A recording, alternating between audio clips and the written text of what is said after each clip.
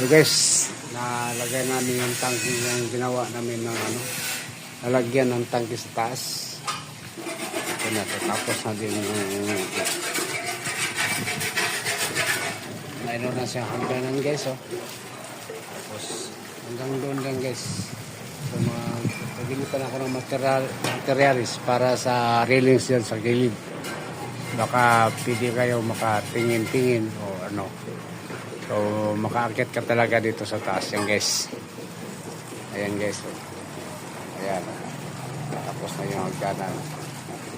So ginamit natin ang angle bar lang yan guys. 4 mm ang kapal nito. Yung thickness nito yun guys. So medyo ka makapal-kapal dito yan guys. Ayan. So 1 by 1 na tubular.